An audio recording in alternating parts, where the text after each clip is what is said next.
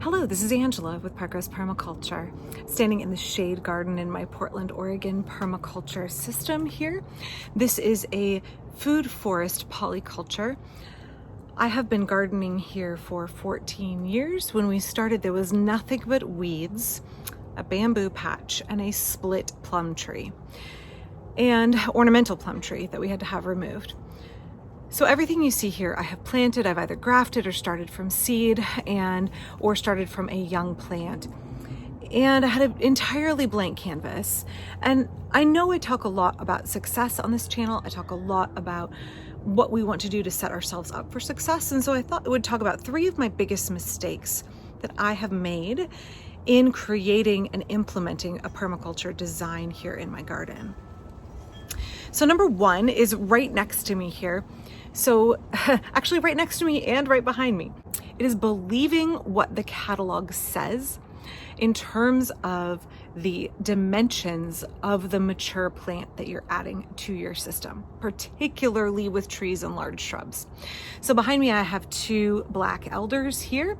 They said in the catalog that they would top out at 8 to 10 feet and would get 7 to 8 feet wide. They are monstrous. They are much taller than my house. They creep over into my neighbor's yard. I am constantly pruning them.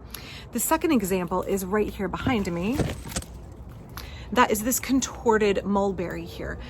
It's supposed to be semi-dwarfing. It's supposed to be fairly petite. It is also huge and it's too close to my house. So I think it's worth talking to folks on internet forums, on social media, in permaculture groups and asking like, I'm thinking about putting this plant in. Can you guys tell me if you grow this, what is it like for you at maturity? What are the issues with it? What is the size of it? How does it fit into your landscape? Did it turn out how you thought it would? And I don't know whether it's because I have a permaculture system and so I am helping to strengthen the plant itself, helping it to become stronger and perhaps more vigorous. But I have found for several of the large shrubs and trees in my garden, they are a lot bigger than the catalogs lead on. And when you are working in narrow areas like here, my house, my neighbor's fence, this is not a wide garden, it's quite narrow. When you're working in a small space or you're working near structures, it makes a big difference in your design. So that's my number 1 mistake. Let's move to another part of the garden and I'll share my number 2 mistake. Okay, so now we're down at the back of my garden. You can see the duck house behind me. The second biggest mistake I made was not thinking about getting my wheelbarrow through the garden once things got big. So a lot of gardens suggest a 3-foot path. I have a small property here and I wanted to get maximum vegetation. So I have a lot of paths that are like 18 inches wide, and that's wide enough to get the wheelbarrow down until the plants that are planted in those beds on either side of the path become big and lush and want to fall into the path. Now I do a lot of chop and drop in order to trim things out of the path and make my way clearer. But it's still tricky to get a wheelbarrow into certain areas of my garden. And as I get older, I no longer want to just haul things. I would like to use the mechanical advantage of a wheelbarrow when I can. So if I had it to do over again, I don't know that I would make the paths wider because I still really value having that very abundant, lush look to my garden where you can hardly see the paths, where the plants are just billowing out of the beds and they just communicate abundance and richness and diversity and beauty. So I like that look. Makes it a little tricky to get my wheelbarrow around. And also using the scrap material that we use to build our gates, we've had the same problem. I made the gates big enough for people to get through, but not necessarily for wheelbarrows. So we've been slowly redesigning those. All of our gates now not only are big enough for wheelbarrows to get through, but some of them before that were big enough, they didn't swing far enough open, or they swung the wrong way and made it difficult for me to get through with a wheelbarrow. So we're going back and we're tweaking that. So think about not only how you as a human or perhaps your livestock or your pets want to move through the garden, but also think about how you're going to get your equipment around the garden that you need on a regular basis. Okay, so now that I'm down in this part of the garden to talk about the 3rd big mistake I made, I realized that I owe y'all a video on my figs. I talked about rehabbing my figs earlier this season. to create a scaffold structure, and I promised a video talking about that process and I haven't done it yet, so it's going back in my queue of videos that I'm going to make.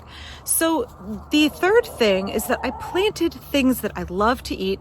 In general, that's not a mistake. You don't want to grow things in your garden that you don't actually enjoy eating in the first place.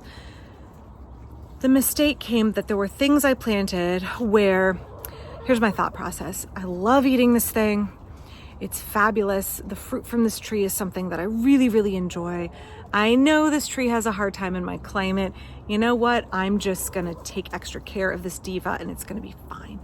So right where this Desert King fig is here, which is a tree that has no pest and disease problems and produces abundantly for me, there used to be an apricot tree. And I love apricots, and what I found is that the tree got shot leaf disease. It had a lot of fungal problems. It's almost impossible to grow apricots in the Pacific Northwest organically. And again, it was one of the first trees I put in. Hello, fig leaf. So that meant that my soil was not yet in any way built up and there wasn't a lot of fertility. So that put an extra stress on the tree. So I would say the third biggest mistake is the fact that I tried to shoehorn in plants that really are not going to be set up for success in this climate. And that has meant that I have had to take out things over the years, which is a waste of time. It is a waste of energy, a waste of money. And I've had to replace them with things that do better and are better suited to my climate. So as the years have gone on, I've really focused on reduced effort, things that do well on their own, that don't need to be babied, that don't set me up for disappointment. And that means there are certain fruits that I enjoy, but I don't enjoy them out of my own garden, and I enjoy them less than I used to. And I know, and I make peace with the fact that I'm not going to be growing those in my own garden. It's so much more frustrating to battle a disease-ridden or pest-plagued plant that is stressed in your system, that doesn't do well in your system because it's really not the right habitat for it. And to go with something that is going to give you a great yield of fabulous food without all of the heartbreak, without all of the labor, and then the disappointment when you find that it is producing either a pitiful harvest or a harvest that is riddled with pests and diseases. So there's only so much you can do in your permaculture system to set your plants up for success. You're not a miracle worker. You're restoring your garden. You're restoring fertility. But you know, like, I'm not gonna grow mango trees here. That doesn't make any sense. I'm not gonna grow, I'm not gonna grow like saguaro cactus here. That's not setting my garden or my system up for success. And I'm gonna have a plant that's gonna struggle and die. I want to pick things that are gonna thrive in my environment in the first place, even if it means that I have to let go of some of those foods that I really enjoy. I mean, I love avocados, but I can't grow them here. For me, apricots were the same way. Like, this is not a plant that is gonna thrive here no matter what I do. And I don't want to commit to a routine spraying of fungicides. I need to pick something that's better adapted for this climate. Fig trees. If you live in Portland, you cannot go wrong with fig trees. So thanks for watching today. I'm going to go on my evening walk. I hope that you all are staying well and safe. Check out my Patreon below, and I'll be back really soon.